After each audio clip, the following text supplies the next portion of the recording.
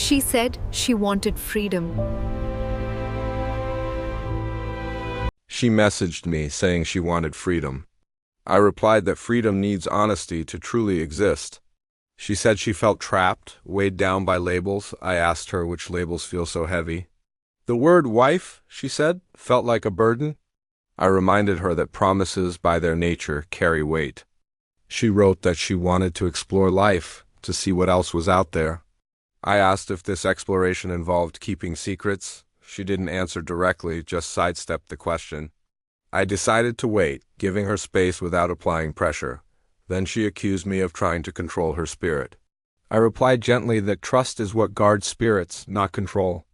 She finally said it plainly. Marriage wasn't for her anymore. I asked when this feeling had started. Recently, she said. I pointed out that even recent feelings have roots that go deeper. She admitted someone had inspired her newfound courage. I asked who this someone was. Again, a long delay. I told her that sometimes silence answers more loudly than words ever could. That's when she confessed.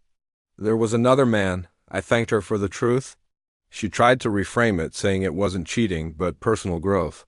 I replied that true growth doesn't need to hide in the shadows.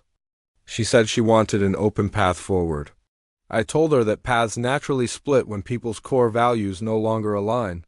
She accused me of holding her back. I corrected her. I wasn't holding her back. I was holding on to respect for both of us. She asked if I would try to stop her from leaving. I said that adults are free to choose their own direction. Her next message sounded relieved. She said she had expected me to be angry. I explained that calm often arrives right after clarity. She asked what I meant by that.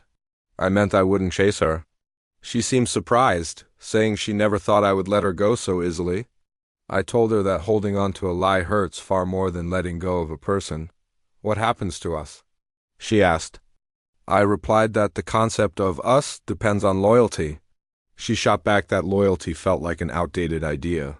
I simply said that integrity never expires. A long message came through, a wall of text defending her actions. I read every word slowly. My only reply was that explanations, no matter how detailed, don't erase betrayal. She said she needed space to be free.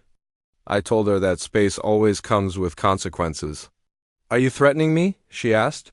No, I said. Choices always have their own way of answering back. Her tone shifted to anger. She called me heartless. I replied that heartbreak is a harsh teacher, but it teaches restraint. I'm leaving tonight, she declared. I wished her safety on her journey. Is that all? She asked, almost in disbelief. I said that finding peace requires simplicity. A photo of her packed bags appeared on my screen. I acknowledged it with a simple, okay. She said she thought I would beg her to stay. I replied that self-respect has to stand firm. Then came the accusation. You love your pride more than you love me. I told her that love without a foundation of trust will always collapse. After that, silence for hours. Then another message. Freedom feels lonely already, she wrote. I replied that freedom without a grounding purpose just drifts aimlessly. Can I come back? She asked. I said a return would require truth to be rebuilt from the ground up. She asked if I was already moving on. I said that healing is a quiet process. It moves forward without announcement. She accused me of replacing her easily. I corrected her again. Peace was replacing chaos. She told me the other man had already disappointed her. I said that disappointment often follows illusion. She asked for another chance. I told her that chances require accountability. What price did my freedom cost? She asked. I replied that loss is what teaches us the true value of things. I never imagined this ending, she wrote. I said that endings are just a reflection of the choices we make along the way. She apologized, and this time it felt sincere. I accepted her apology, but I didn't reopen the door. She said she would learn from this, and I genuinely hoped she would. The chat slowed and then faded into complete silence. I closed the conversation, not with anger, but with a sense of gentle finality. The room felt lighter. My phone, which had felt so heavy in my hand, no longer did. And in that moment, I realized something profound. Freedom wasn't just something she was seeking. It now belonged to me too. Not a freedom from commitment, but a freedom from lies, from deception, from the constant weight of uncertainty.